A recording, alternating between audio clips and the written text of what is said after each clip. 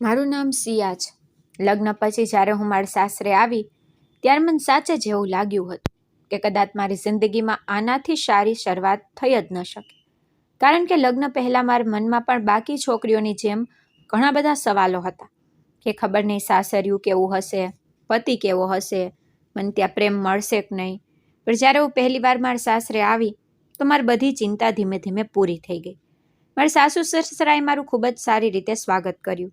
અને જે રીતે મારી સાસુએ મને ભેટીને કહ્યું કે બેટા હવે આ ઘર તારું પણ છે, એ વાત મારા દિલને સ્પર્શી ગઈ. મારા માતા પિતાએ પણ મારા લગ્નમાં પોતાની તરફથી કોઈ કસર છોડી ન હતી, કારણ કે હું તેમની એકમાત્ર દીકરી હતી. મારા પિતા એક મોટી મલ્ટીનેશનલ કંપનીમાં સિનિયર એકાઉન્ટ્સ મેનેજરના પદ પર કામ કરતા અને તેમનો મહિનાનો પગાર લગભગ 1.5 લાખ હતો. તેમના પર કંપનીના પૈસાનો પૂરો હિસાબ રાખવાની જવાબદારી હતી. રોજના કેટલા પૈસા આવ્યા, કેટલો ખર્ચ થયો, કર્મચારીઓનો પગાર સંબંધિત રેકોર્ડ રાખવા, બેંકના કયા કામ પૂરા કરવા અને મહિનાના અંતે કંપનીના મોટા અધિકારીઓનો પૂરો રિપોર્ટ આપવો. આ બધું કામ તેઓ જ સંભાળતા. કામ જવાબદારીવાળું હતું, તેથી તેમને ઘણીવાર મોડે સુધી ઓફિસમાં પણ રોકાવું પડતું. પણ મારા પિતા પોતાના કામ પ્રત્યે ખૂબ જ ઈમાનદાર હતા અને કંપનીમાં તેમની સારી ઇજ્જત હતી. તેમણે પોતાની પૂરી જિંદગી મહેનત કરીને અમારું ઘર સંભાળ્યું હતું અને મારી મા પણ ઘર ખૂબ જ સારી રીતે ચલાવતી હતી. તેથી જ્યારે મારા લગ્નની વાત આવી ત્યારે બંને મળીને નિર્ણય લીધો કે પોતાની દીકરીને પોતાની હેસિયત મુજબ સૌથી સારું આપશે. તેમણે મને ખૂબ સામાન આપ્યો, ઘરનો જરૂરી સામાન આપ્યો હતો અને મારા નામે એક ફ્લેટ પણ આપ્યો. જો ક્યારેય મને લગ્ન પછી કોઈ વસ્તુની જરૂર પડે તો મારી પાસે મારો પોતાનો સહારો રહે. એ સમયે મને આ બધું ખૂબ સારું લાગતું. પણ સાચું કહું તો મને સૌથી વધુ ખુશી એ વાતની હતી કે મને એવો પરિવાર મળી રહ્યો હતો જ્યાં પૈસા કરતાં સંબંધોની કિંમત વધારે હતી. મારા લગ્ન ખૂબ ધામધૂમથી થયા. લગ્નના દિવસે જ્યારે હું લાલ જોડામાં તૈયાર થઈને બેઠી ત્યારે મારા માતા પિતા મને જોઈને વારંવાર ભાવુક થઈ રહ્યા હતા. મારી મા મારી નજર ઉતારતી રહી અને મારા પિતા વારંવાર એ જ કહી રહ્યા હતા કે બેટા હંમેશા ખુશ રહેજે. એ સમયે હું પણ રડી રહી હતી, કારણ કે એક તરફ હું મારું ઘર છોડી રહી હતી અને બીજી તરફ મને મારી નવી જિંદગીની ખુશી પણ હતી. જ્યારે હું વિદા થઈને મારા સાસરે પહોંચી તો મારા સાસુ દરવાજા પર મારા સ્વાગત માટે ઊભા હતા. તેમણે આરતી કરી અને મને અંદર લઈ ગયા. એ દિવસે ઘરમાં ઘણા બધા સંબંધીઓ આવ્યા, પણ એમની વચ્ચે પણ મને એવું ન લાગ્યું કે હું કોઈ અજાણી જગ્યાએ આવી ગઈ છું. બધા લોકો મારી સાથે પ્રેમથી વાત કરી રહ્યા હતા. મારી સાસુ વારંવાર પૂછી રહ્યા હતા કે બેટા થાકી તો નથી ગઈ ને, પાણી જોઈએ છે. અને મારા સસરા પણ મારી પાસે આવીને બોલ્યા કે બેટા હવે તું બિલકુલ તારું જ ઘર સમજજે. તારે ક્યારેય કોઈ વસ્તુની જરૂર હોય તો વિના સંકોચે જણાવજે. એમની વાત સાંભળીને મારા મનમાં તો એક અજીબ શાંતિ આવી. મને લાગ્યું કદાચ મારા માતા પિતાએ મારા માટે સાચે જ ખૂબ સારો પરિવાર પસંદ કર્યો છે. મારા પતિ રાજ પણ એ દિવસે ખૂબ ખુશ હતા. તેઓ વારંવાર મારી તરફ જોઈ રહ્યા હતા અને જ્યારે પણ મારી નજર એમની સાથે મળતી ત્યારે તેઓ મરક મરક હસી દેતા. લગ્ન પછી જ્યારે પહેલીવાર મને તેમની સાથે એકાંતમાં વાત કરવાનો મોકો મળ્યો ત્યારે તેમણે મને કહ્યું કે સિયા, તારે કોઈ પણ વસ્તુની ચિંતા કરવાની જરૂર નથી. તું અહીં હંમેશા ખુશ રહીશ અને જો ક્યારેય મારી કોઈ વાત તને ખરાબ લાગે તો મને તરત કહી દેજે. હું નથી ઈચ્છતો કે આપણા બંને વચ્ચે કોઈ વાત મનમાં રહે. એમની વાત સાંભળીને મને ખૂબ સારું લાગ્યું, કારણ કે હું પણ એ જ ઈચ્છતી હતી કે મારા લગ્ન ફક્ત એક સંબંધ બની ન રહી જાય, પરંતુ અમે બંને સારા મિત્રો પણ બનીએ. અને ધીમે ધીમે એવું જ થવા લાગ્યું. રાજ સાચે જ મારું ખૂબ ધ્યાન રાખતા. તેઓ સવારે દુકાને જતા પહેલાં મને પૂછતા કે તારે કોઈ વસ્તુની જરૂર તો નથી ને, અને જો હું કહી દેતી કે સાંજે ઘરે આવતી વખતે કંઈક લેતા આવજો તો તેઓ ક્યારેય ભૂલતા પણ નહોતા. એમનો પોતાનો મોબાઈલ અને ઇલેક્ટ્રોનિક સામાનનો નાનો બિઝનેસ હતો. એમની એક દુકાન હતી જ્યાં mobile phone, earphone, charger, smart watch અને બીજી ઇલેક્ટ્રોનિક વસ્તુઓ મળતી હતી. શરૂઆતમાં દુકાન નાની હતી, પણ તેમણે પોતાની મહેનતથી તેને ધીમે ધીમે સારી બનાવી લીધી. દુકાન પર 2 કર્મચારીઓ પણ કામ કરતા, જે ગ્રાહકોને સામાન બતાવતા, બિલ બનાવતા અને બાકીના નાના મોટા કામ સંભાળતા. પણ રાજ પોતે દરેક વસ્તુ પર નજર રાખતા હતા. તેઓ સવારે દુકાન ખોલતા પહેલાં સ્ટોક ચેક કરતા, સપ્લાયર સાથે વાત કરતા, નવા મોબાઈલ અને બીજા સામાનના રેટ પૂછતા, પછી ગ્રાહકો સાથે વાત કરીને તેમને સામાન બતાવતા અને સાંજે દુકાન બંધ કરતા પહેલાં આખા દિવસનો હિસાબ જોતા હતા. એમનું સ્વપ્ન હતું કે એક દિવસ એમની દુકાન ફક્ત એક દુકાન ન રહે, પણ શહેરમાં એમની પોતાની મોટી ઇલેક્ટ્રોનિક શોપ હોય અને આગળ જઈને તેઓ ઓનલાઈન પણ સામાન વેચવાનું શરૂ કરે. જ્યારે તેઓ પોતાના બિઝનેસ વિશે મને બતાવતા હતા ત્યારે એમની આંખોમાં એક અલગ જ ચમક દેખાતી. હું કલાકો સુધી એમની વાતો સાંભળતી રહેતી અને તેમને હિંમત આપતી. હું કહેતી કે તમે મહેનત કરતા રહો, એક દિવસ તમારો બિઝનેસ જરૂર મોટો થશે. તો તેઓ હસીને કહેતા કે જો તું મારો સાથ આપતી રહીશ તો હું કંઈ પણ કરી શકું છું. એમની આ વાત મને ખૂબ ગમતી હતી. એનું વિચારતી કે મને આનાથી સારા પતિ કદાચ ન મળી શકત. મારા સાસુ સસરા પણ અમને બંનેને જોઈને ખૂબ ખુશ થતા.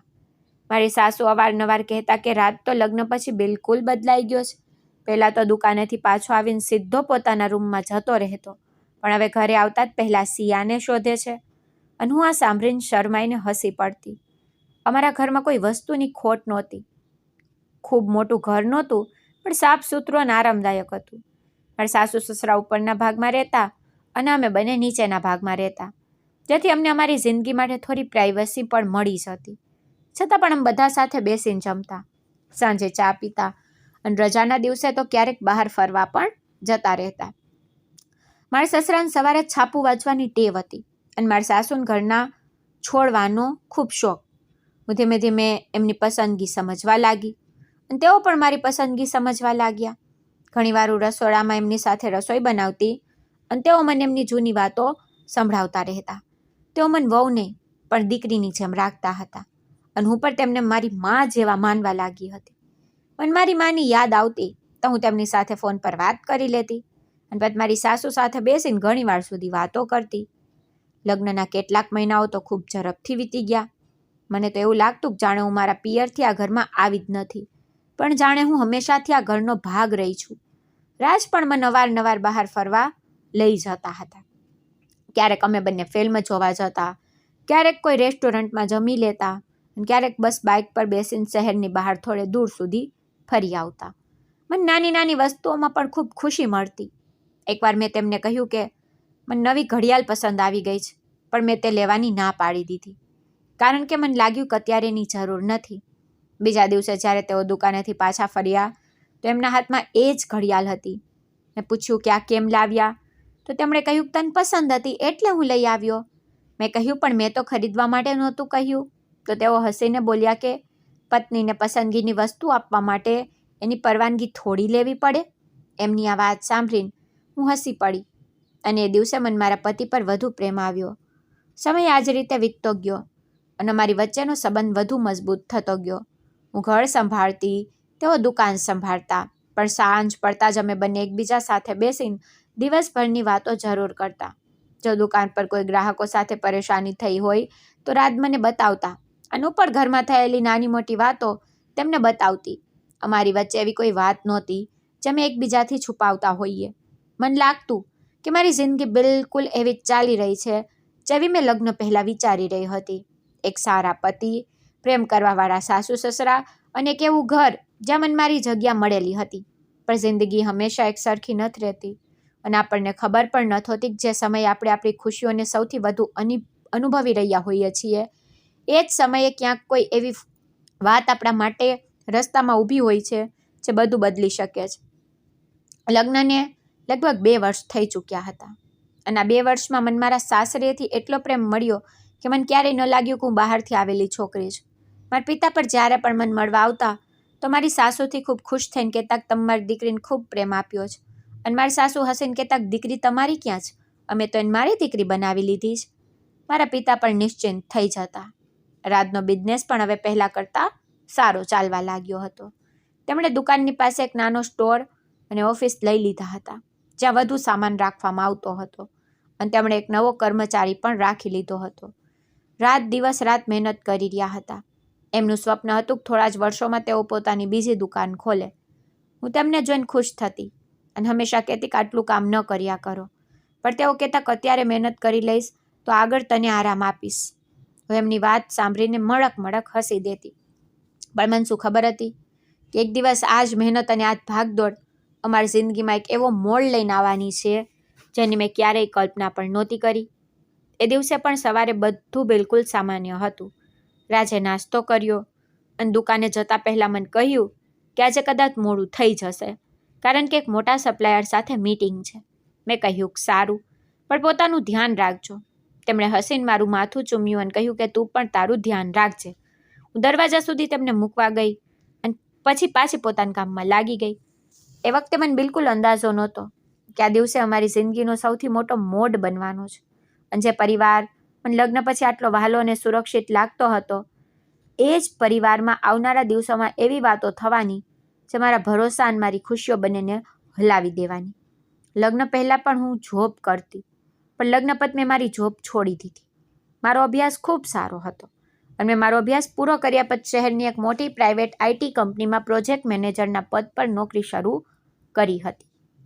મારો પગાર લગભગ 1,10,000 મહિનો હતો. મારું કામ કંપનીના અલગ અલગ પ્રોજેક્ટનું પૂરું પ્લાનિંગ કરવાનું, મારી ટીમને કામ સમજાવવાનું, ક્લાયન્ટ સાથે મીટિંગ કરવાનું, પ્રોજેક્ટને સમયસર પૂરો કરાવવાનું અને સિનિયર અધિકારીઓને એનો રિપોર્ટ આપવાનું હતું. હું એકસાથે ઘણા કર્મચારીઓની ટીમને સંભાળતી અને કામની પૂરી જવાબદારી મારા પર રહેતી. મારી મહેનત અને સારા કામને લીધે મેં કંપનીમાં સારી ઓળખ બનાવી લીધી અને મારા સિનિયર પણ મારા કામથી ખૂબ ખુશ રહેતા. પણ લગ્ન પછી મેં મારી નોકરી છોડવાનો નિર્ણય લીધો, કારણ કે હું ઈચ્છતી હતી કે લગ્ન પછી મારો પૂરો સમય ફક્ત મારા પરિવારને આપું અને મારા પતિ અને સાસુ સસરા સાથે સારી રીતે રહું. મારા પતિ પણ પોતાના કામમાં ખૂબ વ્યસ્ત રહેતા, પણ જ્યારે પણ તેમને સમય મળતો તેઓ મારી સાથે બેસતા, મારી સાથે વાતો કરતા અને મારું પૂરું ધ્યાન રાખતા હતા. મારા પતિ પોતાના માતા પિતાના એકમાત્ર દીકરા હતા, તેથી તેમના માટે તેમનો પરિવાર જ સૌથી વધુ જરૂરી હતો. ઘરમાં મારી સાસુ પણ હતા, જે ઘણા સમયથી સરખી રીતે બોલી શકતા નહોતા. એમનો અવાજ લગભગ જતો રહ્યો હતો અને તેઓ કોઈને પોતાની વાત સરખી રીતે કહી શકતા નહોતા. આ જ કારણે તેઓ મોટાભાગનો સમય ચૂપચાપ પોતાના રૂમમાં બેસી રહેતા. તેમને કોઈની પાસે કંઈ માંગવામાં પણ સંકોચ થતો હતો અને ઘણીવાર તો તેમને કોઈ તકલીફ હોય છતાં તેઓ કોઈને અવાજ આપી શકતા નહોતા. મેં જ્યારે તેમને પહેલીવાર આ રીતે જોયા તો મને ખૂબ દુઃખ થયું. મને લાગ્યું કે જો હું એમની વહુ છું તો મારી પણ ફરજ છે કોઈ એમનું ધ્યાન રાખવું. તેથી મેં ધીમે ધીમે એમની પાસે બેસવાનું શરૂ કર્યું. હું એમની સાથે વાતો કરતી. ભલે તેઓ મને જવાબ અવાજમાં આપી શકતા કે ન આપી શકતા, પણ હું એમની આંખો અને ઈશારાથી એમની વાત સમજવાનો પ્રયત્ન કરતી હતી. સવારે ઉઠીને સૌથી પહેલાં હું એમના રૂમમાં જતી, તેમને પૂછતી તેમને કંઈ જોઈએ છે કે નહીં. પછી એમના માટે ચા બનાવીને લઈ જતી. જો તેમને દવા લેવાની હોય તો સમયસર દવા આપતી અને જો તેમને રૂમની બહાર આવવું હોય તો એમનો હાથ પકડીને તેમને બહાર લઈ આવતી. શરૂઆતમાં તો તેઓ મારી સામે ખૂબ સંકોચ કરતા. કદાચ તેમને લાગતું કે હું પણ બાકીના લોકોની જેમ એમની વાત સમજી નહીં શકું, પણ મેં ક્યારેય એમના ચૂપ રહેવાને એમની નબળાઈ ન માની. હું એમની સાથે સતત વાતો કરતી રહેતી. ક્યારેક મારા બાળપણની વાતો બતાવતી, ક્યારેક મારા લગ્ન વિશે બતાવતી અને ક્યારેક મારા પતિની કોઈ રમૂજી વાત સંભળાવીને તેમને હસાવવાનો પ્રયત્ન કરતી. ધીમે ધીમે મારી સાસુ પણ મારી સાથે ભળી જવા લાગ્યા. તેઓ બોલી શકતા નહોતા, પણ જ્યારે હું એમની પાસે બેસતી ત્યારે એમના ચહેરા પર એક અલગ જ ખુશી દેખાતી. તેઓ મારા હાથ પર હાથ મૂકી દેતા અને મલક મલક હસવા લાગતા. એમના ચહેરાનું એ નાનું સરખું સ્મિત મને ખૂબ ગમતું. મને લાગતું કદાચ હું એમના માટે ફક્ત વહુ નહીં, પણ એક દીકરી જેવી બની રહી છું. હું મનથી વિચારતી કે હું તેમને ફરીથી આત્મવિશ્વાસુ બનાવીશ અને તેમને અનુભવ નહીં થવા દઉં કે એમનો અવાજ જતો રહ્યો છે. મેં તેમને નાના નાના ઈશારાથી પોતાની વાત સમજાવવાની ટેવ પાડી દીધી અને હું પણ એમના ઈશારા સમજવા લાગી. જો તેમને પાણી જોઈતું હોય તો તેઓ પોતાની તરફ ઈશારો કરતા. જો તેમને ખાવાનું જોઈતું હોય તો તેઓ પ્લેટ તરફ જોતા અને જો તેમને ક્યાંક જવું હોય તો મારો હાથ પકડી લેતા. હું એમની દરેક વાત સમજવાનો પ્રયત્ન કરતી અને ધીમે ધીમે મારી વચ્ચે અવાજ વગર પણ એક સંબંધ બની ગયો. ઘણીવાર મારા પતિ ઘરે આવતા અને જોતા હું એમની મા પાસે બેઠી છું તો તેઓ મને જોઈને હસતા અને કહેતા સિયા, તે તો મારી માને બિલકુલ બદલી નાખી છે. પહેલાં મારી મા કોઈની સાથે વધુ વાત નહોતી કરતી, પણ હવે જ્યારે તું ઘરે હોય ત્યારે એમના ચહેરા પર હંમેશા ખુશી રહે છે. એમની આ વાત સાંભળીને મને ખૂબ સારું લાગતું, કારણ કે મને પણ મારી સાસુની ખુશીમાં મારી જ ખુશી દેખાતી. મને લાગતું કે મેં નોકરી છોડીને કોઈ ખોટો નિર્ણય નથી લીધો, પણ પોતાના પરિવાર માટે કંઈક સારું કર્યું છે. ઘરમાં બધું ખૂબ સારું ચાલી રહ્યું હતું, પણ ધીમે ધીમે મને એક વાત અનુભવાવા લાગી કે મારા સાસુના મનમાં કંઈક એવું હતું જે તેઓ મને કહેવા છતાં હતા, પણ કહી શકતા નહોતા. ઘણીવાર તેઓ મને ખૂબ ધ્યાનથી જોતા અને પછી અચાનક ઉદાસ થઈ જતા. હું તેમને પૂછતી, માં શું થયું, તમે કેમ પરેશાન છો? પણ તેઓ કંઈ બોલી શકતા નહોતા. બસ મારી તરફ જોઈને ચૂપ થઈ જતા. હું વિચારતી કદાચ એમની તબિયત સારી નથી, એટલે હું એમને વધુ ધ્યાન રાખવા લાગી. એક દિવસ બપોરના સમયે હું એમના રૂમમાં બેઠી હતી અને એમના વાળ ઓળાવી રહી હતી. ત્યારે તેમણે અચાનક મારો હાથ પકડી લીધો અને મને ખૂબ ધ્યાનથી જોવા લાગ્યા. એમની આંખોમાં ડર સ્પષ્ટ દેખાઈ રહ્યો હતો. મેં એમનો હાથ પકડીને પૂછ્યું, માં શું થયું? તમે મને કંઈ બતાવવા માંગો છો કે શું? તેમણે કંઈક કહેવાનો પ્રયત્ન કર્યો, પણ એમના મોંમાંથી અવાજ ન નીકળ્યો અને એમની આંખોમાં આંસુ આવી ગયા. હું ગભરાઈ ગઈ. મેં એમનો ચહેરો મારા હાથમાં લઈને કહ્યું, માં, તમે રડશો નહીં. તમે મને બતાવો શું થયું છે. હું તમારી દરેક વાત સમજવાનો પ્રયત્ન કરીશ. પણ તેઓ કંઈ કહી શક્યા નહીં. મેં તેમને પાણી પીવડાવ્યું અને એમની પાસે ઘણીવાર સુધી બેસી રહી. એ દિવસે પહેલીવાર મને લાગ્યું કે કદાચ આ ઘરમાં બધું એટલું સરળ નથી જેટલું મને દેખાઈ રહ્યું હતું. મારી સાસુની આંખોમાં કોઈ એવું રહસ્ય હતું જેને તેઓ મારી સામે લાવવા ઈચ્છતા હતા, પણ એમનો અવાજ એમનો સાથ નહોતો આપી રહ્યો. હું એમની પાસે બેસી રહી અને મનથી વિચારતી રહી કે આખરે એવું શું છે જે મારી સાસુ મને બતાવવા માંગે છે અને કેમ તેમને આટલો ડર લાગી રહ્યો છે. એ દિવસ પછી મેં એમની દરેક નાની હિલચાલ પર ધ્યાન આપવાનું શરૂ કરી દીધું અને મને લાગવા માંડ્યું કે તેઓ જ્યારે પણ મારા પતિની સામે હોતા ત્યારે ખૂબ જ ડરેલા રહેતા.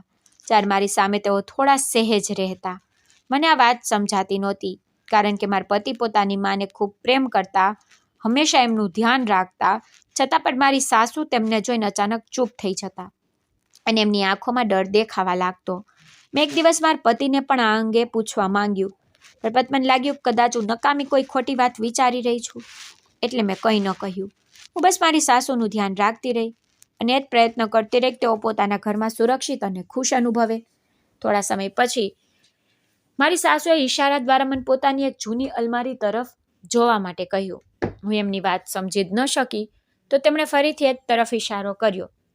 મેં અલમારી ખોલી, પણ તેમાં કેટલાક જૂના કપડાં અને જૂની વસ્તુઓ સિવાય કંઈ નહોતું. મેં તેમને પૂછ્યું, માં, તમને આમાંથી કંઈ જોઈએ છે? તેમણે માથું હલાવી ના પાડી અને મારી તરફ જોવા લાગ્યા. મને કંઈ સમજાણું નહીં કે તેઓ આખરે શું ઈચ્છતા હતા. હું પાછી તેમની પાસે આવીને બેસી ગઈ તો તેમણે મારો હાથ પકડ્યો અને પોતાના આંગળીથી જેમ કે કોઈ કાગળ તરફ ઈશારો કર્યો. મેં તેમને પૂછ્યું, કયો કાગળમાં? પણ તે ફક્ત રડવા લાગ્યા. તે દિવસે મારા મનમાં પહેલીવાર એક ડર પેદા થયો કે કદાચ મારી સાસુ સાથે ભૂતકાળમાં કંઈક એવું બન્યું છે જેના વિશે ઘરમાં કોઈને ખબર નથી અને તે કોઈક રીતે મને તેના વિશે કહેવા માંગે છે. મેં નક્કી કરી લીધું કે ભલે ગમે તે થાય, હું તેમની વાત સમજીને જ રહીશ, કારણ કે હવે તે મારા માટે ફક્ત મારી સાસુ નહીં પણ મારી મા જેવા બની ચૂક્યા હતા અને હું તેમને આ હાલતમાં એકલા છોડી શકતી નહોતી. મને બિલકુલ અંદાજો નહોતો કે મારા સાસુના તે ડર પાછળ કયું સત્ય છુપાયેલું હતું અને તે સત્ય આવનારા સમયમાં મારી જિંદગીને કઈ રીતે બદલવાનું હતું. અને મેં ધીમે ધીમે રાધના વિશે એક બીજી વાત નોટિસ કરવાની શરૂ કરી દીધી કે તે મારી સાથે તો ખૂબ સારી રીતે વાત કરતો, પણ પોતાની મા સાથે તેનો વ્યવહાર બિલકુલ અલગ હતો. તે પોતાની મા પાસે વધારે વાર બેસતો જ નહીં અને જો તેમની કોઈ વાત સમજ ન આવે તો તે ચીડાઈને ત્યાંથી ઊભો થઈ જતો. કેટલી વાર મારી સાસુ તેને કંઈક સમજાવવાનો પ્રયત્ન કરતી, પણ તે તેમના તરફ ધ્યાન પર આપતો નહોતો. હું આ બધું જોઈને અંદરને અંદર પરેશાન થવા લાગી હતી, કારણ કે મને સમજ જ નહોતું આવી રહ્યું કે જે માણસ મારી સામે આટલા પ્રેમથી રહે છે તે પોતાની મા સાથે આટલો અલગ વ્યવહાર કેમ કરે છે. ધીમે ધીમે મને એ પણ સમજાવવા લાગ્યું કે રાધને ખૂબ જલ્દી ગુસ્સો આવી જાય છે. નાની નાની વાતો પર તેનો મૂડ ખરાબ થઈ જતો. જો ઘરમાં તેની પસંદગીનું ખાવાનું ન બને તો તે નારાજ થઈ જતો. જો કોઈ વસ્તુ તેની જગ્યા પર ન હોય તો તે ગુસ્સો કરવા લાગતો અને ક્યારેક તો કોઈ મોટી વજહ વગર પણ તેનો ચહેરો ગુસ્સાથી ભરાઈ જતો. શરૂઆતમાં હું એવું વિચારીને તેની વાતોને નજરઅંદાજ કરી દેતી હતી કે કદાચ કામના તણાવને કારણે એવું થતું હશે, કારણ કે તેનો પોતાનો બિઝનેસ હતો અને દુકાનનું કામ પણ ઘણું. પણ સમય વીતવાની સાથે મને સમજ તો આવવા લાગ્યું કે વાત ફક્ત કામના તણાવની નહીં, તેના સ્વભાવમાં જ ખૂબ ગુસ્સો હતો. બહારથી જોવા પર તે ખૂબ શાંત અને સારો માણસ લાગતો, પણ ઘરની અંદર રૂપ જ દેખાતું અલગ. તે મોટા ભાગનો સમય ઘરથી બહાર જ રહેતો, ક્યારેક દુકાન પર, ક્યારેક કોઈ સપ્લાયરને મળવા અને ક્યારેક કોઈ મિત્ર સાથે બહાર. જ્યારે હું તેને પૂછતી કે આજે આટલું મોડું કેમ થયું, તો તે બસ આટલું જ કહી દેતો, કામ હતું, અને પોતાની વાત પૂરી કરી દેતો. હું વધારે સવાલ નહોતી કરતી, કારણ કે હું નહોતી ઈચ્છતી કે ઘરમાં નકામી કોઈ વાત વધે. પણ હવે હું તેને ધીમે ધીમે સમજવા લાગી હતી. મને એ પણ અનુભવવા લાગ્યું હતું કે મારી સાસુ કદાચ તેનાથી ડરે છે, અને કદાચ આ જ કારણ હતું કે તે તેની સામે કંઈ બોલી શકતી નથી. કેટલી વાર જ્યારે રાજ ઘરમાં આવતો તો મારી સાસુ બિલકુલ ચૂપ થઈ જતી અને તેમની આંખોમાં એ ડર સાફ દેખાતો, જે મેં પહેલાં પણ કેટલી વાર જોયો હતો. હું તેમને પૂછતી, માં, તમે રાતથી ડરો છો શું? તો તે તરત જ માથું હલાવી દેતી અને વાત બદલવાનો પ્રયત્ન કરતી. મને તેમની આ હાલત જોઈને ખૂબ દુઃખ થતું, પણ હું તે સમયે કંઈ સમજી નહોતી શકતી કે આખરે એવું શું થયું છે જેના કારણે તે પોતાના જ દીકરા સામે આટલી ડરેલી સહેમેલી રહે છે. આવી જ રીતે દિવસો વીતતા ગયા અને હું મારા ઘરને સંભાળતી રહી. હું સવારે ઉઠીને ઘરનું કામ કરતી, પોતાના સાસુ સસરાનું ધ્યાન રાખતી, પછી રાજ માટે ખાવાનું તૈયાર કરતી અને તેના કામ પર ગયા પછી પોતાની બાકીની ચીજોમાં લાગી જતી. હું મારા પિયરથી મળેલી જિંદગીને પાછળ છોડીને આ ઘરને પોતાનું ઘર માની ચૂકી હતી. એટલા માટે હું દરેક નાની વાતને દિલ પર લેવા નહોતી ઈચ્છતી. મને લાગતું કે દરેક પરિવારમાં કંઈક ને કંઈક મુશ્કેલી હોય છે અને સમય સાથે બધું સારું પણ થઈ જાય છે. પણ એક દિવસ અચાનક અમારા ઘરમાં એવી મુશ્કેલી આવી ગઈ જેણે બધાને હચમચાવી મૂક્યા. તે દિવસે અમે બધા સાથે બેસીને ખાવાનું ખાતા હતા. રાજ પણ અમારી સાથે જ બેઠેલો હતો. ત્યારે જ તેને ફોનની ઘંટડી વાગવા લાગી. તેને ફોન ઉપાડ્યો અને થોડી વાર સુધી સામેવાળાની વાત સાંભળતો રહ્યો. અચાનક તેનો ચહેરાનો રંગ બદલાઈ ગયો. તેને કંઈ પણ કહ્યા વગર ખાવાનું ત્યાં જ છોડી દીધું અને ઝડપથી ઊભો થઈ ગયો. મેં પૂછ્યું શું થયું, તો તેને બતાવ્યું કે તેની દુકાન પર ખૂબ મોટી ચોરી થઈ ગઈ છે. દુકાનના કર્મચારીઓએ તેને ફોન કરીને બતાવ્યું હતું કે દુકાનનો કંઈક મોંઘો સામાન ગાયબ હતો અને તેમને સમજ નહોતી આવી રહી કે આખરે ચોરી કેવી રીતે થઈ. રાજ મોડું કર્યા વગર ઘરેથી નીકળી ગયો. હું પણ તેની સાથે જવાની હતી, પણ તેને કહ્યું કે તું ઘરે જ રહે, હું જોઉં છું ત્યાં શું થયું. થોડી વાર પછી તેનો ફોન આવ્યો તો તેને કહ્યું કે દુકાનનું તાળું તૂટેલું હતું અને અંદર રાખેલો ઘણો સામાન ગાયબ. તેને સૌથી પહેલાં દુકાનનો સીસીટીવી કેમેરો ચેક કર્યો, પણ ફૂટેજ જોઈને પણ તેને તરત જ કંઈ સાફ સમજ ન આવ્યું, કારણ કે રાતના સમયે દુકાનમાં ઘૂસનારી વ્યક્તિ મોઢું ઢાંકીને આવી હતી. રાજે પોલીસને ફોન કર્યો અને પોલીસની ટીમ પણ દુકાન પર પહોંચી ગઈ. પોલીસે દુકાનની પૂરી તપાસ કરી, કર્મચારીઓની પૂછપરછ કરી અને સીસીટીવી ફૂટેજ પણ જોઈ. આ ચોરીના કારણે રાજને ખૂબ મોટું નુકસાન થઈ ગયું, કારણ કે દુકાનમાં મોબાઈલ ફોન અને બીજા ઇલેક્ટ્રોનિક સામાનનો સારો એવો સ્ટોક રાખેલો હતો, જેને ચોરી કરનારો પોતાની સાથે લઈ ગયો. રાજ માટે આ નુકસાન ખૂબ મોટું હતું, કારણ કે તેનો બિઝનેસ એમ પણ વધારે મોટો નહોતો અને તેને પોતાની મહેનતથી તેને ઊભો કર્યો હતો. જ્યારે તે રાત્રે ઘરે પાછો આવ્યો તો તેનો ચહેરો ખૂબ પરેશાન હતો. તે શાંતિથી પોતાના રૂમમાં જઈને બેસી ગયો. હું તેની પાસે ગઈ અને તેને સમજાવવા લાગી કે જે થયું તે ખૂબ ખરાબ થયું, પણ આપણે હિંમત રાખવી પડશે. પોલીસ તપાસ કરશે અને કદાચ સામાન પાછો પણ મળી જાય. રાજા મારી વાત સાંભળી, પણ તે ખૂબ પરેશાન હતો. હું તે રાત્રે મોડે સુધી વિચારતી રહી કે હું તેની કઈ રીતે મદદ કરું. મારા મનમાં વારંવાર એ જ વાત આવી રહી હતી કે જો હું ફરીથી નોકરી શરૂ કરી લઉં તો ઘરના ખર્ચામાં રાજનો થોડો હાથ વટાવી શકું છું અને જે નુકસાન થયું છે તે પછી તેને કંઈક સહારો પણ મળી જશે. લગ્ન પછી મેં નોકરી છોડી દીધી, પણ મારી પાસે હજી પણ મારી જૂની ઓફિસના કેટલાક લોકોના નંબર હતા. મને ભરોસો હતો કે જો હું ચાહું તો ફરીથી નોકરી મળી શકે છે. પછીના દિવસે મેં સૌથી પહેલાં રાજ સાથે આ બાબતે વાત કરી. મેં તેને કહ્યું કે જો તમને યોગ્ય લાગે તો હું મારી નોકરી ફરીથી શરૂ કરી શકું છું. આનાથી ઘરની આવક થોડી વધી જશે અને દુકાનમાં જે નુકસાન થયું તેને સંભાળવામાં પણ તમને મદદ મળશે.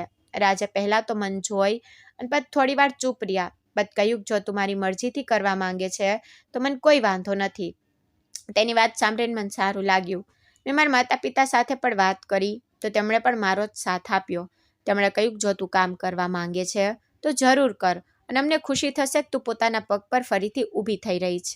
મારા સાસુ સસરાએ પણ મને ના ન પાડી, બલકે મારા સસરાએ કહ્યું તું ઘર અને નોકરી બંને સંભાળી શકે છે, તો તેમાં કોઈ ખરાબ વાત નથી. મારી સાસુ તો બોલી શકતી નહોતી, પણ તેમણે મારો હાથ પકડીને મુસ્કુરાતા સાથે મારો સાથ આપ્યો. તેમના નાના એવા ઈશારાએ મને ખૂબ હિંમત આપી અને મેં નક્કી કરી લીધું કે હવે મારી નોકરીથી ફરી શરૂ કરીશ. કેટલાક દિવસો મેં મારી જૂની કંપની સાથે વાત કરી અને મને ત્યાં ફરીથી નોકરી મળી ગઈ. જ્યારે હું પહેલીવાર આટલા સમય પછી ઓફિસ ગઈ તો મને થોડું અજીબ લાગી રહ્યું હતું, કારણ કે લગ્ન પછી ઘણો સમય વીતી ચૂક્યો હતો. પણ ધીમે ધીમે હું મારા કામમાં પાછી આવવા લાગી. મને મારું કામ પહેલેથી જ આવડતું હતું, એટલા માટે વધારે મુશ્કેલી ન થઈ. હું દિવસમાં ઓફિસનું કામ કરતી અને સાંજે ઘરે પાછી આવીને ઘરનું કામ સંભાળતી, પોતાના સાસુ સસરાનું ધ્યાન રાખતી, રાજ માટે ખાવાનું બનાવતી. હું સવારે વહેલી ઉઠતી ઘરનું જરૂરી કામ કરતી, પછી ઓફિસ જતી અને સાંજે પાછી ફરીને બાકીનું કામ પૂરું કરતી. શરૂઆતમાં મને ખૂબ થાક લાગતો, પણ હું પોતાને સમજાવતી હતી કે આ બધું પોતાના પરિવાર માટે જ કરી રહી છું. અને ધીમે ધીમે મારી જિંદગી ફરીથી એક નક્કી કરેલી રીતથી ચાલવા લાગી. રાત પર પોતાના બિઝનેસને સંભાળવાનો પ્રયત્ન કરી રહ્યો હતો. પોલીસ ચોરીની તપાસ કરી રહી હતી અને અમે બંને અમારી તરફથી જિંદગીને આગળ વધારવાનો પ્રયત્ન. મને લાગતું કે હવે કદાચ બધું સારું થઈ જશે, પણ મારા મનમાં રાજના વ્યવહારને લઈને જે સવાલો પેદા થયા તે હજી પણ પૂરા નહોતા થયા. કારણ કે હું જેટલું તેને સમજાવવાનો પ્રયત્ન કરતી, એટલું જ મને લાગતું કે તેની અંદર કોઈ એવી વાત છુપાયેલી જ જેના વિશે મને અત્યાર સુધી કંઈ ખબર જ નથી. અને મારા સાસુની આંખોમાં દેખાતો ડર મને વારંવાર એ જ સવાલ તરફ લઈ જતો હતો. મને ખબર નહોતી કે આવનારા દિવસોમાં મને રાજના વિશે એવું સત્ય ખબર પડવાનું હતું, જે પછી મારા માટે સમજવું મુશ્કેલ થઈ જશે કે જે માણસને હું મારો સૌથી સારો સાથી સમજીને ઘરમાં આવી હતી, તે સાચે જ મારા માટે એટલો જ સારો હતો કે નહીં. અને પછી ધીમે ધીમે સમય વીતવા લાગ્યો અને જિંદગી પોતાની રફતારથી આગળ વધતી રહી. રાજે પણ પોતાનું દુકાનનું કામ ફરીથી સરખી રીતે સંભાળવાનું શરૂ કરી દીધું. ચોરીના કારણે તેને ખૂબ નુકસાન થયું, પણ તેને હિંમત નહોતી છોડી. હું પણ મારી નોકરી કરવા લાગી અને દર મહિને જ્યારે મારી સેલરી આવતી તો મારી જરૂરિયાતના કેટલાક પૈસા અલગ રાખીને બાકીના પૈસા મારા બેંક એકાઉન્ટમાં જમા કરી દેતી. કેટલી વાર રાજ જ મારી સાથે બેંક જઈને પૈસા જમા કરાવી દેતો અને મને લાગતું કે મારી વચ્ચે ભરોસો જ, એટલા માટે મને કોઈ વાતની ચિંતા કરવાની જરૂર નથી. મારા માતા પિતાનો પણ ક્યારેક ક્યારેક ફોન આવી જતો. મારા પિતાજી પોતાની નોકરીના કારણે ખૂબ વ્યસ્ત રહેતા, એટલા માટે તે વધારે વાર વાત નહોતા કરી શકતા. પણ મારી માં મને અવારનવાર ફોન કરતી રહેતી. તે મને પૂછતી કે બેટા તું કેમ છે, ઘરમાં બધું સારું તો છે ને? અને હું દરેક વખતે તેમને એ જ બતાવતી કે માં બિલકુલ ચિંતા ન કર, મારા સસરાવાળા ખૂબ સારા છે, મારા સાસુ સસરા મારું ખૂબ ધ્યાન રાખે છે અને રાત પર મારી સાથે સરખી રીતે રહે છે. હું નોકરી પણ કરી રહી છું અને ઘર પણ સંભાળી રહી છું. માં મારી વાત સાંભળીને ખૂબ ખુશ થતી અને કહેતી કે બેટા અમને બસ એ જ જોઈએ કે તું ખુશ રહે. તારા ઘરમાં બધા તને પોતાની દીકરીની જેમ રાખે તો અમને બીજું કંઈ નથી જોતું. તેમની વાતો સાંભળીને મને પણ ખૂબ સારું લાગતું, કારણ કે હું તેમને ક્યારેય મારી વજહથી પરેશાન નહોતી કરવા માંગતી. હું તેમને હંમેશા એ જ બતાવતી કે મારી જિંદગી ખૂબ સારી ચાલી રહી છે. અને સાચું કહું તો તે સમય સુધી મને પણ એ જ લાગતું કે મારા જીવનમાં જે કંઈ પણ થઈ રહ્યું છે તે બધું સારું છે. પણ મારા મનમાં કોઈ ખૂણામાં રાજને લઈને કેટલાક સવાલો જરૂર પેદા થવા લાગ્યા. ખાસ કરીને તેની પોતાની માં સાથે રહેવાની રીત અને તેનો અચાનક ગુસ્સો મને કેટલી વાર પરેશાન કરતો. છતાં પણ હું તેની વાતોને વધારે મોટી બનાવીને જોવા નહોતી ઈચ્છતી. હું વિચારતી કદાચ તેનો સ્વભાવ જ એવો છે અને સમય સાથે બધું સારું થઈ જશે. પણ એક દિવસ એવું થયું જાણે મારા મનમાં રાજને લઈને એક એવો શંક પેદા કરી દીધો જેનું ચાહીને પણ દૂર ન કરી શકે. તે સાંજનો સમય હતો અને હું ઓફિસેથી ઘરે પાછી આવી રહી હતી. તે દિવસે રસ્તા પર ખૂબ વધારે ટ્રાફિક હતો. મારી ગાડી ઘણી વારથી એક જ જગ્યા પર ફસાયેલી હતી. હું બારીમાંથી બહાર જોઈ રહી હતી અને વિચારતી હતી કે આજે ઘરે પહોંચવામાં ઘણું મોડું થઈ જશે. ત્યારે જ અચાનક મારી નજર રસ્તાની બીજી તરફ ઊભેલી એક કાર પર ગઈ. પહેલાં મેં તે કારને વધારે ધ્યાનથી ન જોઈ, પણ જેવી મારી નજર ડ્રાઇવિંગ સીટ પર ગઈ, મારા કદમ જેમ કે ત્યાં જ અટકી ગયા. કારની અંદર રાજ બેઠેલો હતો અને તેની સાથે એક છોકરી પણ. હું કંઈક સેકન્ડ સુધી તે જ તરફ જોતી રહી ગઈ. પણ મારી આંખો પર ભરોસો નહોતો થઈ રહ્યો. હું તો વિચારવા લાગી કે આ રાજ જ છે કે હું કોઈ બીજાને રાજ સમજી રહી છું. પણ જેટલી વાર હું જોતી રહી એટલો જ મારો વિશ્વાસ વધતો ગયો કે તે રાજ જ હતો. હું ઈચ્છતી હતી કે તે તરત જ કારમાંથી ઉતરીને તેની પાસે જાઉં અને તેને પૂછું કે તે છોકરી છે કોણ. પણ ટ્રાફિક એટલો વધારે કે મારી ગાડી આગળ વધી નહોતી શકી રહી અને થોડી જ વારમાં તેમની કાર પણ બીજી તરફથી આગળ નીકળી ગઈ. હું તો બસ તેમને જતા જોતી રહી ગઈ. મારા મનમાં ભાતના સવાલો આવવા લાગ્યા કે આખરે રાત તે છોકરી સાથે શું કરી રહ્યો હતો, તે છોકરી કોણ હતી અને તેણે મને ક્યારેય તેના વિશે કેમ નહોતું બતાવ્યું. શું તે તેની કોઈ મિત્ર હતી કે તેના બિઝનેસથી જોડાયેલી કોઈ છોકરી કે પછી કંઈક બીજી વાત. હું તો આખા રસ્તે આ જ વિચારોમાં ગૂંચવાયેલી રહી. ઘરે પહોંચ્યા પછી પણ મારા ચહેરા પરથી પરેશાની સાફ દેખાઈ રહી હતી. મારા સાસુએ મને જોઈ તો તે મારી તરફ જોવા લાગ્યા, જેમ કે તે સમજવા માંગતા હોય કે મને શું થયું છે. પણ હું તેમને પણ કંઈ બતાવી ન શકી. હું શાંતિથી પોતાના રૂમમાં જતી રહી અને રાજના આવવાની રાહ જોવા લાગી. થોડી વાર પછી રાજ ઘરે આવ્યો તો મેં તેને જોયો. પણ તે સમયે મારા મનમાં આટલી બધી વાતો ચાલી રહી હતી કે મને સમજ જ નહોતું આવી રહ્યું કે તેને સીધું પૂછવું કે પહેલાં જાતે જ કંઈક ખબર કરવાનો પ્રયત્ન કરું. આખરે મેં હિંમત કરીને તેને પૂછ્યું, આજે તમે ક્યાં ગયા હતા? રાજે મારી તરફ જોયું અને ખૂબ સામાન્ય રીતે કહ્યું, હું તો દુકાન પર હતો અને પછી એક મીટિંગ હતી. મેં તેના તરફ જોતા કહ્યું, શું તું આજે કોઈ છોકરી સાથે નહોતો? મારી વાત સાંભળતા જ તેના ચહેરાનો રંગ થોડો બદલાઈ ગયો, પણ તેને તરત જ પોતાને સંભાળી લીધો અને કહેવા લાગ્યો, તું કઈ છોકરીની વાત કરી રહી છે? મેં કહ્યું, મેં તને મારી આંખોથી જોયો જ. તું કારમાં એક છોકરી સાથે બેઠો હતો. મારી વાત સાંભળતા જ તે ગુસ્સો કરવા લાગ્યો અને બોલ્યો, તને જરૂર કોઈ ભૂલામણી થઈ છે. હું તો આખો દિવસ કામમાં વ્યસ્ત હતો અને તે કદાચ કોઈ બીજાને મારા જેવો સમજી લીધો. મેં કહ્યું, રાજ, હું તમને ઓળખવામાં ભૂલ ન કરી શકું. હું મારી આંખોથી તમને જોઈ રહી હતી.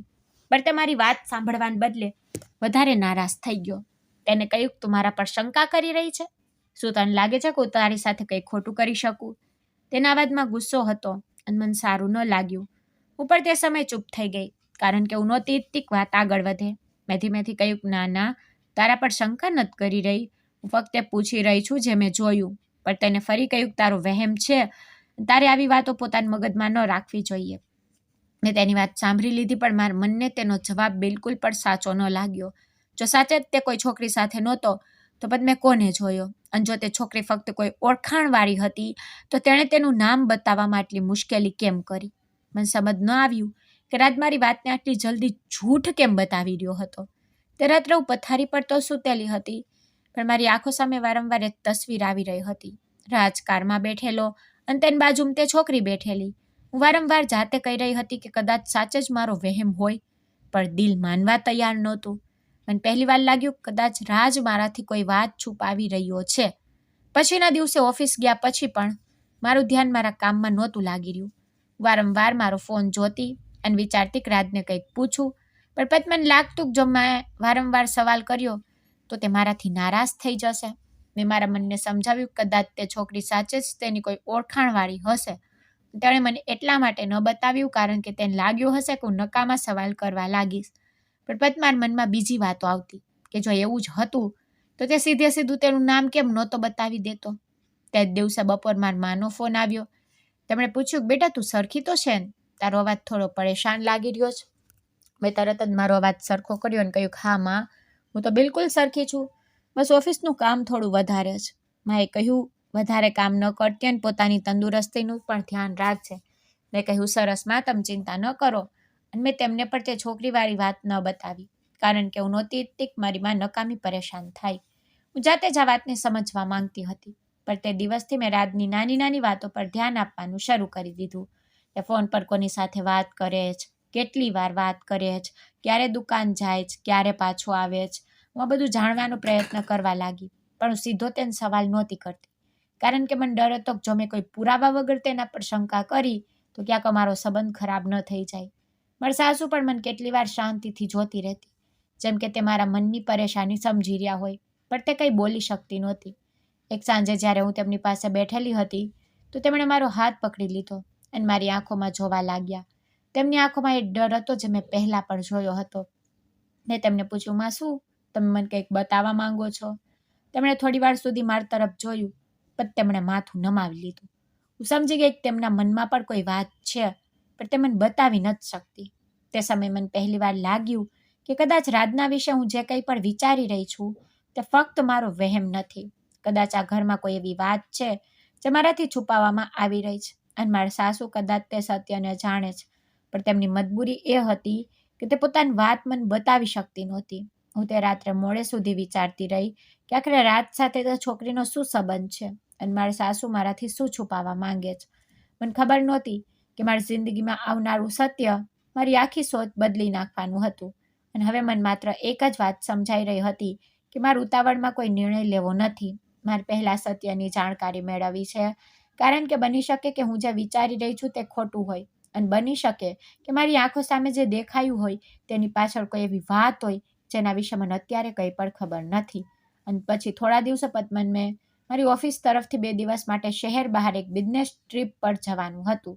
મારા બોસ સાથે કેટલી જરૂરી મીટિંગ્સ હતી અને કંપનીના એક મોટા ક્લાયન્ટને પણ મળવાનું. તેથી મેં ઘરે આવીને રાજ સાથે આ વિશે વાત કરી, તો તેણે કહ્યું કે સારું, તું જતી રહે, કામ જરૂરી છે, વળી હું મારી દુકાનના કામમાં વ્યસ્ત રહીશ. મેં કહ્યું સારું. પછી મેં મારા કપડાં જરૂરી સામાન પેક કર્યો અને બીજા દિવસે સવારે બિઝનેસ ટ્રીપ માટે શહેર બહાર જતી રહી. જતી વખતે મેં મારા સાસુ સસરાને પણ કહ્યું કે તમે લોકો તમારું ધ્યાન રાખજો, 2 દિવસમાં પાછી આવી જઈશ. મારા સાસુએ દર વખતની જેમ હસીને મારો હાથ તો પકડ્યો, મને જવાનો ઈશારો કર્યો. હું તેમની પાસે નમીન બોલી, માં, તમે ચિંતા ન કરતા, હું બહુ જલ્દી પાછી આવી જઈશ. પછી હું ત્યાંથી નીકળી ગઈ. તે 2 દિવસમાં મારું પૂરું ધ્યાન મારા કામ પર હતું. મીટિંગ ખૂબ જરૂરી, તેથી હું આખો દિવસ વ્યસ્ત રહેતી, પરંતુ જ્યારે પણ મને થોડો સમય મળતો તો મારા ઘર વિશે વિચારતી. લાગતું કે બસ 2 દિવસની જ વાત છે, પછી હું ઘરે પાછી જઈશ, બધા સાથે બેસીને વાતો કરીશ. રાત સાથે પણ વાત થતી રહી, પરંતુ તેની વાતો ખૂબ નાની હતી. ક્યારેક તે કહેતો કે હું દુકાને છું, ક્યારેક કહેતો કે કોઈ કામમાં ફસાયેલો. હું પણ વધુ સવાલ જવાબ નહોતી કરતી, કારણ કે હું ચાહતી હતી કે મારી બિઝનેસ ટ્રીપ પૂરી કરીને આરામથી ઘરે પાછી જાઉં. મારા મનમાં એક બીજી વાત પણ ચાલી રહી હતી. વિચારી રહી હતી કે આ વખતે હું ઘરના લોકોને મારા આવવાના સમાચાર નહીં આપું અને અચાનક ઘરે પહોંચીને બધાને સરપ્રાઈઝ આપીશ. મને લાગ્યું હતું કે મારા સાસુ મને જોઈને ખૂબ ખુશ થશે અને રાજ પણ મને જોઈને ખુશ થશે. મેં મારા આવવા વિશે કોઈને જણાવ્યું નહીં. અહીં સુધી કે મેં રાજને પણ ન જણાવ્યું કે હું કયા સમયે પાછી પહોંચવાની છું. 2 દિવસ પૂરા થયા પછી હું મારું કામ પતાવીને પાછી શહેર માટે નીકળી પડી. રસ્તાભરમાં મારા મનમાં ઘરે જવાની ખુશી હતી. વિચારી રહી હતી કે ઘરે પહોંચીને પહેલાં મારા સાસુ પાસે જઈશ, તેમની સાથે બેસીશ, પછી રાજને અચાનક સામે જોઈને તેને ચોંકાવી દઈશ.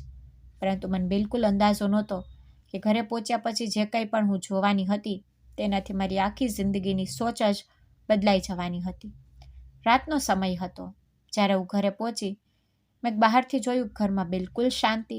મેં વિચાર્યું કદાચ બધા લોકો ઊંઘી ગયા હશે. મેં ધીમેથી દરવાજો ખોલ્યો અને અંદર જતી રહી. ઘરમાં કોઈ અવાજ નહોતો, ના ટીવી ચાલી રહ્યું હતું, ના વાત કરવાનો અવાજ. આખું ઘર જાણે બિલકુલ શાંત પડ્યું હતું. મેં મારો બેગ એક તરફ મૂક્યો અને ધીમે ધીમે મારા રૂમ તરફ આગળ વધવા લાગી. મારા મનમાં તે સમય પણ એ જ હતું કે કદાચ રાજ ઊંઘી ગયો હશે અને હું તેને અચાનક જગાડીને સરપ્રાઈઝ આપીશ. પરંતુ જેવો મેં મારા રૂમનો દરવાજો ખોલ્યો, ત્યારે પગ નીચેથી જાણે જમીન સરકી ગઈ. મારા રૂમની અંદર એ જ છોકરી બેઠેલી હતી જેને મેં થોડા દિવસો પહેલાં રાજની કારમાં જોઈ હતી. હું તેને જોતા જ થોડી સેકન્ડ માટે બિલકુલ ચૂપ થઈ ગઈ. મને સમજાયું જ નહીં કે હું શું જોઈ રહી છું અને તે છોકરી મારા રૂમમાં કેમ બેઠી છે. તે મને જોઈને અચાનક ઊભી થઈ ગઈ. તેના ચહેરા પર પણ ગભરાટ સાફ દેખાઈ રહ્યો હતો. મેં તેની તરફ જોયું, પછી આખા રૂમને જોયો અને મારા મનમાં એકસાથે ઘણા બધા સવાલો આવવા લાગ્યા. ત્યારે જ મેં મોટેથી રાજને અવાજ દીધો, રાજ ક્યાં છે? મારો અવાજ સાંભળતા જ થોડી ક્ષણો પછી રાજ વોશરૂમમાંથી બહાર આવ્યો. મને સામે જોઈને તેના ચહેરાનો રંગ બદલાઈ ગયો. કદાચ તેને બિલકુલ અપેક્ષા નહોતી કે હું આટલી જલ્દી પાછી આવી જઈશ. તે થોડી ક્ષણો સુધી મારી તરફ જોતો રહ્યો અને હું તેને જોતી રહી. પછી મેં સીધું તેને પૂછ્યું કે આ છોકરી કોણ છે અને તે મારા રૂમમાં શું કરી રહી છે? તમે બંને અહીં શું કરી રહ્યા હતા? મારા અવાજમાં ગુસ્સો પણ હતો અને દુઃખ પણ. રાજે તરત જ વાત સંભાળવાનો પ્રયાસ કર્યો અને કહ્યું, સિયા, તું ખોટું સમજી રહી છે. અમારી ફ્રેન્ડ છે. તે શહેરમાં કોઈ કામથી આવી હતી અને બસ મળવા માટે અહીં આવી હતી. મેં તેની તરફ જોતા કહ્યું, મારી સાથે જૂઠું ન બોલ રાજ. મેં આ છોકરીને પહેલાં પણ તારી સાથે જોઈ છે અને તે દિવસે પણ તે મને જૂઠું કહ્યું હતું કે મેં કોઈ બીજાને તારા જેવો સમજી લીધો અને આજે તો આ છોકરી મારા રૂમમાં બેઠી છે. હવે તું મને શું સમજાવવાનો પ્રયાસ કરી રહ્યો છે? રાજે કહ્યું, તું વગર કારણે વાતને મોટી બનાવી રહી છે. મેં કહ્યું, જો બધું બરાબર છે તો પછી આ છોકરી મારા રૂમમાં કેમ બેઠી છે અને તે મને આના વિશે પહેલાં કેમ ન જણાવ્યું? તે મારી વાતનો સીધો જવાબ આપવાને બદલે ગુસ્સો કરવા લાગ્યો અને કહેવા લાગ્યો કે તું દરેક વાત પર શંકા કરવા લાગે છે. હું કંઈક કહેવાની જ હતી કે અચાનક મારી નજર ઘરના બીજા રૂમ તરફ ગઈ. મને યાદ આવ્યું કે ઘરમાં મારા સાસુ સસરા પર છે. મેં તરત જ પૂછ્યું, મા અને પિતાજી ક્યાં? રાજે કહ્યું કે તે પોતાના રૂમમાં જ. મેં કંઈ પણ બોલ્યા વગર તેમના રૂમ તરફ જવાનું શરૂ કરી દીધું. જ્યારે મેં દરવાજો ખોલ્યો તો મારા સાસુ અને સસરા બંને રૂમની અંદર બેઠા હતા. બંનેના ચહેરા પર ડર સાફ દેખાઈ રહ્યો હતો. મારા સાસુ મને જોતા જ રડવા લાગી. હું તેમની પાસે જઈને બેસી ગઈ અને તેમનો હાથ પકડીને પૂછ્યું, માં, શું થયું? તમે કેમ રડી રહ્યા છો? મેં તમને પૂછ્યું, ઘરમાં શું થઈ રહ્યું છે? રાજ મારી સાથે શું કરી રહ્યો છે અને આ છોકરી કોણ છે? પરંતુ મારી સાસુ પોતાનો અવાજ ન હોવાને કારણે કંઈ બોલી શકતી નહોતી. તે બસ રડતી રહી. વારંવાર મારી તરફ જોઈને હાથ જોડવા જેવો પ્રયાસ કરવા લાગી. મારી આંખોમાં પણ આંસુ આવી ગયા. મેં તેમના ખંભા પર હાથ મૂક્યો અને કહ્યું, માં, તમે ઇશારાથી જ સાચું, પરંતુ મને જણાવો આખરે શું થયું? મારા સસરા પણ ખૂબ પરેશાન દેખાઈ રહ્યા હતા. મેં તેમને પૂછ્યું, પિતાજી, તમે મને જણાવો શું વાત છે? પરંતુ તેઓ પણ થોડી વાર ચૂપ રહ્યા, જાણે તેમને ડર હોય કે જો તેઓ કંઈ પણ કહેશે તો રાજ નારાજ થઈ જશે. તે ક્ષણે મારા મનમાં ખૂબ ખરાબ વિચાર આવ્યો. મને લાગ્યું કદાચ રાજ વિશે જે શંકા મને છેલ્લા કેટલાક દિવસોથી થઈ રહી હતી તે સાચી હતી. મારા રૂમમાં પાછી આવી અને મારું માથું પકડીને બેસી ગઈ. મારી સામે એક છોકરી ઊભી હતી. તે છોકરીનું નામ પ્રિયા હતું અને રાજ કંઈક કહેવાનો પ્રયાસ કરી રહ્યો હતો, પરંતુ તે સમયે મને તેની કોઈ વાત સંભળાતી નહોતી. મારા મગજમાં બસ એક જ સવાલ ઘૂમી રહ્યો હતો કે આખરે મારી સાથે આવું કેમ થઈ શકે? હું જે માણસ પર આટલો ભરોસો કરતી તેને જ મારી સાથે આટલો મોટો ધોખો કેમ કર્યો? હું તેના માટે મારી નોકરી ફરીથી કરી રહી હતી, ઘર સંભાળી રહી હતી, તેની મુશ્કેલીમાં તેનો સાથ આપી રહી હતી, તેની માનું ધ્યાન રાખતી હતી, અને તમારી પીઠ પાછળ શું કરી રહ્યો હતો? મારી તો આંખોમાંથી આંસુ નીકળવા લાગ્યા. મેં રાત તરફ જોતા કહ્યું, મેં તમારું શું બગાડ્યું હતું જે તમારી સાથે આવું કર્યું? મેં તમારા પર ભરોસો કર્યો. મેં ક્યારેય તમને કોઈ વસ્તુ માટે નથી રોક્યા. મેં તમારા બિઝનેસમાં મદદ કરવા માટે મારી નોકરી પણ ફરીથી શરૂ કરી, અને તમે જ મને ધોખો આપ્યો. રાજ કંઈક બોલવા લાગ્યો, પરંતુ મેં હાથ ઊંચો કરીને તેને રોકી દીધો. મેં કહ્યું, અત્યારે મને કોઈ સફાઈ નથી જોતી, પહેલાં મને સત્ય જાણવું છે. હું તે છોકરી તરફ વળી અને તેને પૂછ્યું, તું કોણ છે? મારા પતિ સાથે તારો શું સંબંધ? તે છોકરી ચૂપ રહી અને નીચે જોવા લાગી. તેને ચૂપકીદે મારા મનનો ડર વધુ વધારી દીધો. મેં ફરી તેને પૂછ્યું, જો તું ફક્ત તેની ફ્રેન્ડ છે તો મારા ઘરમાં અને મારા રૂમમાં આટલી રાતે શું કરી રહી છે? તે કંઈ ન બોલી. રાજે વચ્ચે કહ્યું, બસ કર સિયા, મેં કહ્યું ના, આજે હું ચૂપ નહીં રહું. આજે મને જવાબ જોઈએ, કારણ કે છેલ્લા કેટલાક દિવસોથી મારા મનમાં જે સવાલો છે તેનો જવાબ આજે મળવો જોઈએ. ત્યારે જ મારી નજર મારી સાસુ પર ગઈ. તે હજી પણ રડી રહી હતી અને મને જોઈને વારંવાર જાણે કંઈક સમજાવવાનો પ્રયાસ કરી રહી હતી. મેં તેમની પાસે જઈને તેમનો હાથ પકડ્યો અને કહ્યું, માં, તમે ડરશો નહીં, તમારી સાથે છું.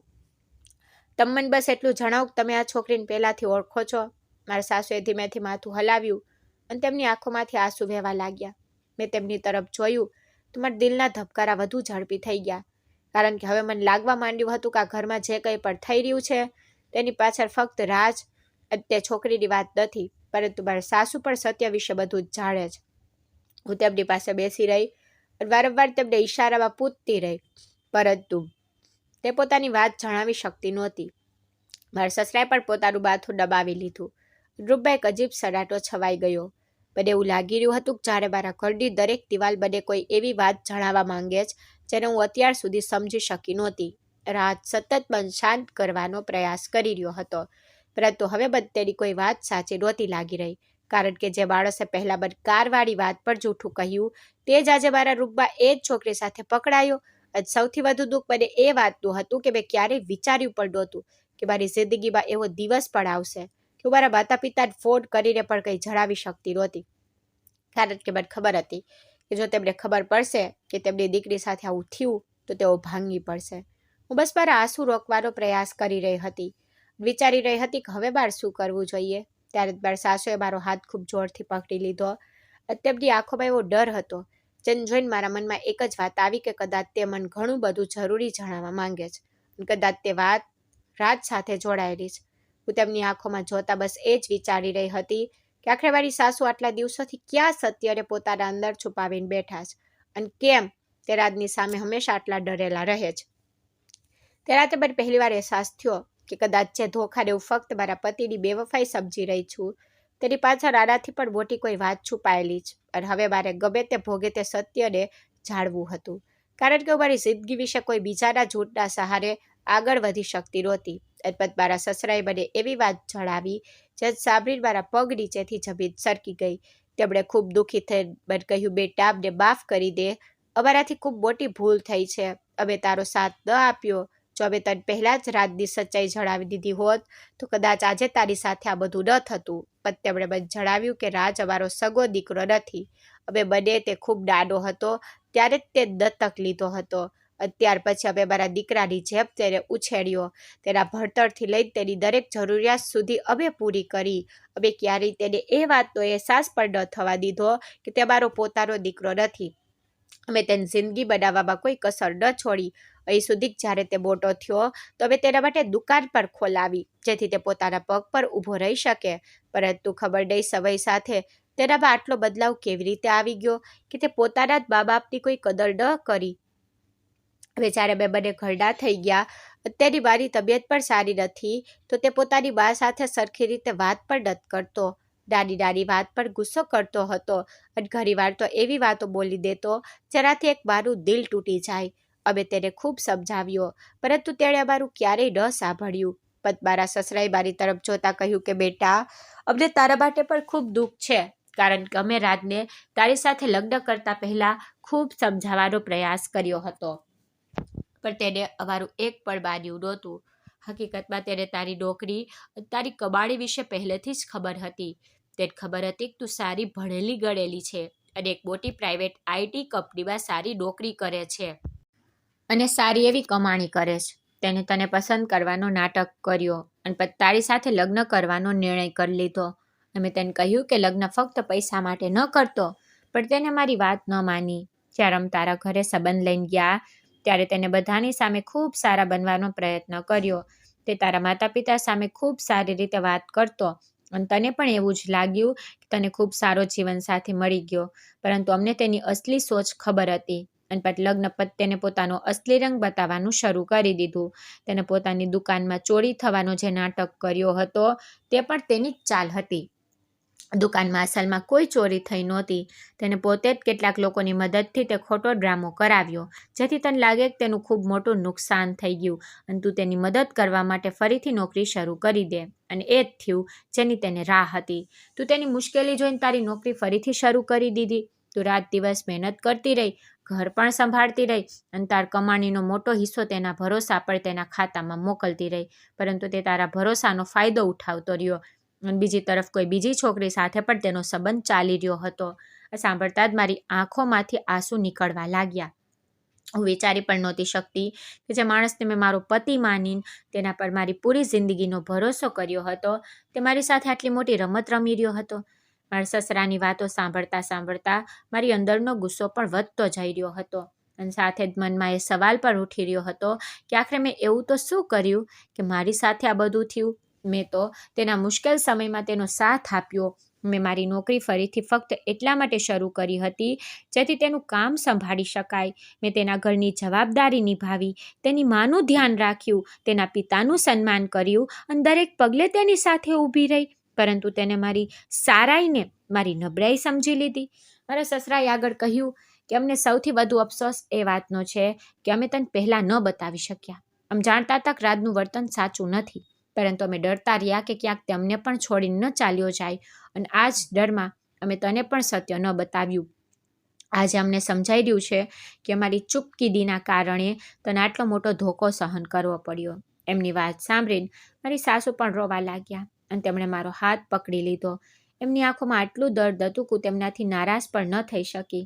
મેં તેમના હાથ મારા હાથમાં લીધા અને કહ્યું, માં તમે રોશો નહીં. તમે મારી સાથે ક્યારેય ખરાબ નથી કર્યું. તમે તો મને હંમેશા પોતાની દીકરીની જેમ રાખી જ. મને તમારાથી કોઈ ફરિયાદ નથી. મારા સાસુએ રોતા રોતા મને ગળે લગાડી લીધી. હું પણ તેમની સાથે રોવા લાગી.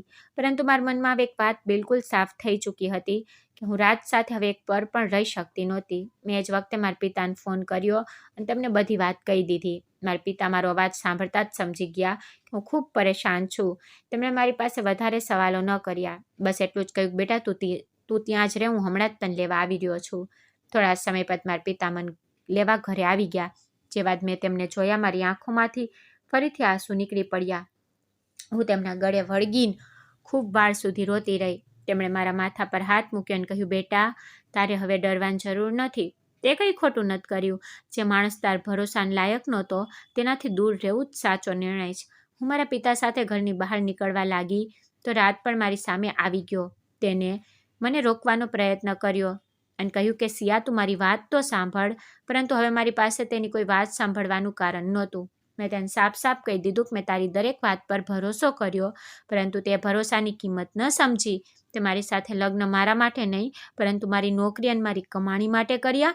તે પોતાની દુકાનની ચોરી સુધીનો નાટક કર્યો જેથી હું ફરીથી નોકરી શરૂ કરું અને તું મારા પૈસા પોતાની પાસે રાખતો રહે, ઉપરથી તો કોઈ બીજી છોકરી સાથે સંબંધ પણ ચલાવી રહ્યો હતો. હવે હું તારી સાથે નથી રહી શકતી. રાજ થોડીવાર સુધી ચૂપ રહ્યો, પણ તેણે પોતાને સાચું સાબિત કરવાનો પ્રયત્ન કર્યો, પરંતુ આ વખતે પણ હું તેની કોઈ વાતમાં ન આવી. મેં મારા પિતા સાથે ઘર છોડી દીધું અને થોડા દિવસોમાં મેં તેની વિરુદ્ધ કાનૂની કાર્યવાહી શરૂ કરી દીધી. મેં છૂટાછેડા લેવાનો નિર્ણય કર્યો અને પોતાના પૈસાના મામલે પણ પૂરી જાણકારી ભેગી કરવાનું શરૂ કરી દીધું. જ્યારે હું બેંક ગઈ તો મને ત્યાં એક બીજો મોટો આંચકો લાગ્યો. મને ખબર પડી કે મારા બેંક ખાતામાંથી મારા પૈસા ઉપાડવામાં આવ્યા હતા અને આ બધું મારી જાણ વગર થયું. હું સમજી ગઈ કે આની પાછળ પણ રાજનો જ હાથ હોઈ શકે છે, કારણ કે મારા ખાતા અને પૈસાથી જોડાયેલી ઘણી વાતો તે પહેલેથી જ જાણતો હતો. મેં બેંકમાં તરત જ મારી સુરક્ષાથી જોડાયેલી બધી વસ્તુઓ બદલાવી અને પછી જરૂરી કાગળો અને રેકોર્ડ્સ એકઠા કર્યા. મેં મારા પિતાની મદદથી બધી જાણકારી મારા વકીલને આપી અને કેસ આગળ વધારવામાં આવ્યો. ધીમે ધીમે સત્ય સામે આવવા લાગ્યું કે રાજે મારા ભરોસાનો ફાયદો ઉઠાવ્યો અને મારા પૈસા સાથે પણ ખોટું કર્યું. મેં અદાલત દ્વારા પોતાના પૈસા પાછા મેળવવાનો પ્રયત્ન શરૂ કર્યો અને જે કંઈ પણ મારી સાથે થયું તેનો પૂરો સચ સામે રાખ્યો. ઘણી તપાસ અને કાનૂની પ્રક્રિયા પછી મારા પૈસા પાછા મળવાનો રસ્તો સાફ થયો અને આખરે મને રાજથી છૂટાછેડા પણ મળી ગયા. તેની વિરુદ્ધ ધોખાધડી અને પૈસાથી જોડાયેલી ખોટી હરકતોના કેસમાં કાનૂની કાર્યવાહી થઈ અને તેને પણ સજા મળી. જે દિવસે પૂરા છૂટાછેડા થયા તે દિવસે મને લાગ્યું કે જેમ મારા ઉપરથી ખૂબ મોટો બોજ ઉતરી ગયો હોય. હું દુઃખી જરૂર હતી, કારણ કે મારા લગ્ન અને મારો ભરોસો બંને તૂટી ચૂક્યા હતા, પરંતુ મને વાતનો સંતોષ હતો કે હું એ માણસ સાથે નહોતી જેને મારા ભરોસાનો ખોટો ફાયદો ઉઠાવ્યો. મેં મારી જિંદગીને ફરીથી શરૂ કરવાનો નિર્ણય કર્યો. મેં મારી નોકરી પર પૂરું ધ્યાન આપવાનું શરૂ કર્યું અને પોતાના માતા પિતા સાથે વધારે સમય વિતાવવા લાગી. પરંતુ રાજના માતા પિતાને મારા દિલથી ક્યારેય ખોટા ન માની શકી, કારણ કે તેમણે મારી સાથે લગ્ન પછી હંમેશા સારું વર્તન કર્યું. તેમણે મને પોતાની દીકરીની જેમ માની. એમની ભૂલ ફક્ત એટલી હતી કે તેમણે રાજનું સત્ય સમય પર મને ન બતાવ્યું. એટલા માટે મેં તમને માફ કરી દીધા. મેં તેમને કહ્યું કે આ બંને મને ક્યારેય પોતાની વહુ જેવું અનુભવ ન થવા દીધું. એટલા માટે હું તમને એકલા નહીં છોડું. આ બંને મારી વજહથી કોઈ વસ્તુની ચિંતા કરવાની જરૂર નથી. હું સમયે સમયે તેમને મળવા જતી હતી, એમની જરૂરિયાતની વસ્તુઓ લઈને જતી અને તેમની તબિયતનું પણ ધ્યાન રાખતી. મારી સાસુ જ્યારે મને જોતા તો એમની આંખોમાં આંસુ આવી જતા અને તે મારો હાથ પકડીને કહેતા કે બેટા, અમે તારી સાથે ખૂબ ખોટું થવા દીધું, પરંતુ તું છતાં પણ અમારો સાથ ન જ છોડી રહી. હું તમને બસ એટલું જ કહેતી કે માં, તમે મારી સાથે ક્યારેય ખોટું નથી કર્યું, એટલા માટે હું તમને રાજની ભૂલની સજા નહીં આપું. સમય ધીમે ધીમે આગળ વધતો ગયો અને મારી જિંદગી પણ પહેલાં કરતાં સારી થવા લાગી. મેં મારી નોકરીમાં ફરીથી પૂરી મહેનત શરૂ કરી દીધી અને થોડા સમય પછી મને મારી મહેનતનું સારું પરિણામ પણ મળવા લાગ્યું. હું પહેલાં કરતાં વધારે મજબૂત થઈ ચૂકી હતી. હવે મને કોઈના સહારાની જરૂર અનુભવાતી નહોતી. અને સૌથી મોટી વાત, મેં મારી જિંદગીમાં એક ખૂબ જરૂરી પાઠ શીખ્યો હતો કે કોઈના પર આંખો બંધ કરીને ભરોસો ન કરવો જોઈએ. પ્રત્યે ગમે તેટલું પોતાનું કેમ ન લાગે, પ્રેમ અને ભરોસો પોતાની જગ્યા ખૂબ જરૂરી છે, પરંતુ પોતાની સમજણને ક્યારેય છોડવી ન જોઈએ. કારણ કે ક્યારેક માણસ સામેવાળાને એટલું પોતાનું માની લે છે કે તેની ભૂલો પણ દેખાતી નથી. અને જ્યારે સત્ય સામે આવે છે ત્યારે ખૂબ મોડું થઈ ચૂક્યું હોય છે. મારી સાથે પણ એ જ થયું હતું, પરંતુ મેં મારી જિંદગીને ત્યાં જ પૂરી ન થવા દીધી. મેં મારા દર્દમાંથી શીખ લીધી અને આગળ વધવાનું શરૂ કર્યું. હવે હું પહેલાં કરતાં વધારે સમજદાર હતી, પહેલાં કરતાં વધારે મજબૂત, અને મને એ પણ સમજાઈ ગયું કે કોઈ સંબંધની અસલી કિંમત પૈસા કે દેખાવથી નહીં, પરંતુ ઈમાનદારી અને સન્માનથી હોય છે. અને મેં મારી જાત સાથે વાયદો કર્યો કે હવે મારી જિંદગીમાં હું કોઈના પર વિચાર્યા વગર ભરોસો નહીં કરું અને મારા નિર્ણયો હંમેશા મારી સમજણથી લઈશ. કારણ કે પૂરી સફરે મને એ જ શીખવ્યું કે ધોખો ગમે તેટલો મોટો કેમ ન હોય, માણસ જો હિંમત રાખે તો પોતાની જિંદગી ફરીથી સંભાળી શકે છે અને પોતાના માટે એક નવી શરૂઆત પણ કરી શકે છે. દોસ્તો, આશા રાખું છું તમને અમારી વાર્તા પસંદ આવી હશે. વાર્તા પસંદ આવે તો વિડીયોને લાઇક, ચેનલ પર નવા છો ચેનલને સબસ્ક્રાઈબ અને આ નોટિફિકેશન બેલને જરૂરથી દબાવો, જેથી આગલી અપડેટ તમને પહેલાં મળી રહે. ધન્યવાદ.